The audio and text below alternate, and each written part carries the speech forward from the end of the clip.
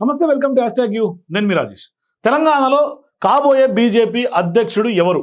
ఈ చర్చ ప్రధానంగా గత కొంతకాలంగా పెద్ద ఎత్తున చర్చ జరుగుతుంది. సో మీరు కూడా తెలంగాణలో బీజేపీ అధ్యక్షుడు ఎవరైతే బాగుంటుంది, మరి ఇప్పటికే ఆస్పిరెంట్స్గా చాలా మంది నేతలు తెర మీదకి వస్తున్నటువంటి నేపథ్యంలో ఈటలకు గనక గతంలో పేరు ప్రముఖంగా వినిపించింది, ఇప్పుడు మరొకసారి కూడా ఈటల పేరు తెర మీదకి వస్తుంది. మీరు కూడా ఈటలకి బీజేపీ అధ్యక్ష పదవి ఇస్తే పార్టీ అనుకున్నటువంటి లక్ష్యాలను చేరుకునే అవకాశాలు ఎంత మేరకు ఉంటాయి? మీ అభిప్రాయాన్ని కింద కామెంట్ సెక్షన్లో తెలియజేయండి. అయితే వాస్తవానికి ఇవాళ తెలంగాణ బీజేపీలో హాట్ రాజకీయాలకు కేంద్ర బిందువుగా మారుతుంది. అంటే వాస్తవానికి ఇవాళ బీజేపీలో ఎవరికి వారే యమునా తీరైన చర్చ జరుగుతోంది. ఇట్లాంటి సందర్భాల్లో సౌత్లో ఖచ్చితంగా బీజేపీ పాగా వేయాలనే లక్ష్యంతో తెలంగాణనే మొట్టమొదటి టార్గెట్గా ఎంచుకున్నటువంటి బీజేపీ కేంద్ర అధిష్టానం స్పష్టంగా ఇవాళ నరేంద్ర మోదీ కేంద్రంలో నుంచి కూడా రంగంలో దిగి ఎమ్మెల్యేలు, ఎంపీలు, ఎమ్మెల్సీలు మొత్తం బీజేపీ తెలంగాణ గణాన్ని మొత్తం ఢిల్లీకి రప్పించి గతంలో ఎన్నడూ లేనటువంటి విధంగా మొట్టమొదటిసారిగా మీటింగు ఇవాళ జరిపి దేశవ్యాప్తంగా చర్చ జరిగింది. మరోవైపు ఆయనే స్వయంగా మీటింగ్ సంబంధించినటువంటి ఫోటోలను తన ఖాతాల ద్వారా విడుదల చేసి పెద్ద ఎత్తున రాజకీయంగా ఒక రకమైనటువంటి చర్చ, బలం మాది ఉంది తెలంగాణలో, ఖచ్చితంగా భవిష్యత్తులో కాంగ్రెస్ పార్టీతో కొట్లాడేది బీజేపీయే, మా లక్ష్యం క్లియర్ అని చెప్పే ప్రయత్నం ఆయన చేశారు. సో ఇట్లాంటి సందర్భాల్లో ఉన్నటువంటి లుకలుకల్లో ఉన్నటువంటి కారణంగా రాజాసింగ్ని పిలిపించారు. మరోవైపు ఇప్పటికే ఏలేటి మహేశ్వర్ రెడ్డి, ఈటల రాజేంద్ర, అట్లాగే అనేక మంది బీజేపీ నాయకుల్ని కూడా పిలిపించి కొంత అందరూ కలిసి కోఆర్డినేషన్తో ముందుకు సాగాలి, బీజేపీని మరింత బలోపేతం చేయాలనే ఒక దిశానిర్దేశం కూడా తాజాగా చేశారు. అయితే ఈ సందర్భంగా ఈ వార్తలతో పాటుగా కాబోయే అధ్యక్షుడి పైన కూడా కొంత నరేంద్ర మోదీ క్లారిటీ ఇచ్చినట్టుగా కూడా తెలుస్తోంది.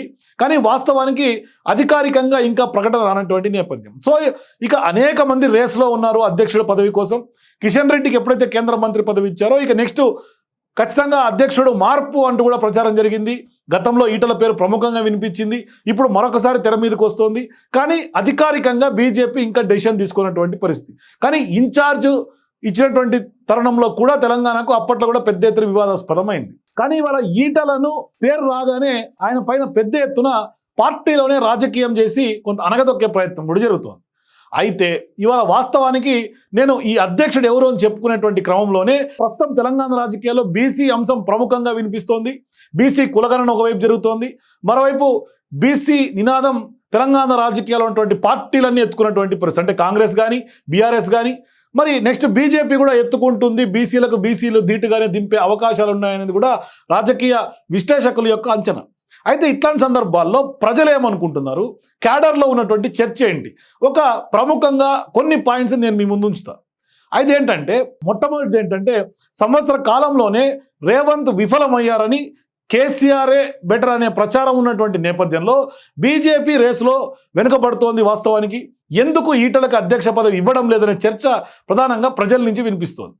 సో ఇప్పుడు ఈటలకు అధ్యక్ష పదవి ఇస్తే పార్టీలో చేరేవారి సంఖ్య పెరుగుతుందని, ఇది పార్టీకి లాభమే కానీ ఎన్నో ఏళ్లుగా మేము పార్టీ అని భావించే వారికి ఇబ్బంది అవుతుందని అడ్డుకుంటున్నారనే భావన కూడా బీజేపీ క్యాడర్లో ఉంది.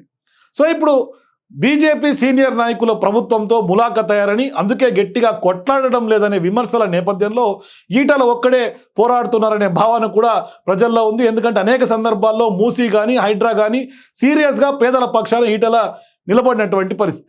మరి కాంగ్రెస్, బీఆర్ఎస్, సొంత పార్టీ బీజేపీలో ఉన్నటువంటి కొంతమంది నాయకులు సైతం ఈటల ఒక్కడి మీదే కుట్రలు చేస్తున్నట్టుగా ప్రజలు అనుకుంటున్నారు.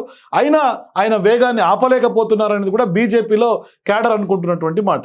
అంటే 5 నెలలుగా హైడ్రా మీద కానీ, విగ్రహాల ధ్వంసం మీద కానీ, ప్రభుత్వ వైఫల్యాల మీద కానీ ఈటల రాజేందర్ చేస్తున్నటువంటి అలుపెరగనటువంటి పోరాటం సంఘ్ పరివార్ కూడా ఇవాళ శబాష్ అంటున్నటువంటి పరిస్థితులు ఉన్నాయి. వారి మద్దతు కూడా ఈటలకే ఉందనే ప్రచారం జరుగుతోంది.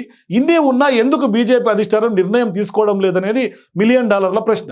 ఎవరు అడ్డుకుంటున్నారని రాజకీయ అవగాహన ఉన్నటువంటి సామాన్యులు సైతం ఇవాళ క్వశ్చన్ చేస్తున్నటువంటి నేపథ్యం.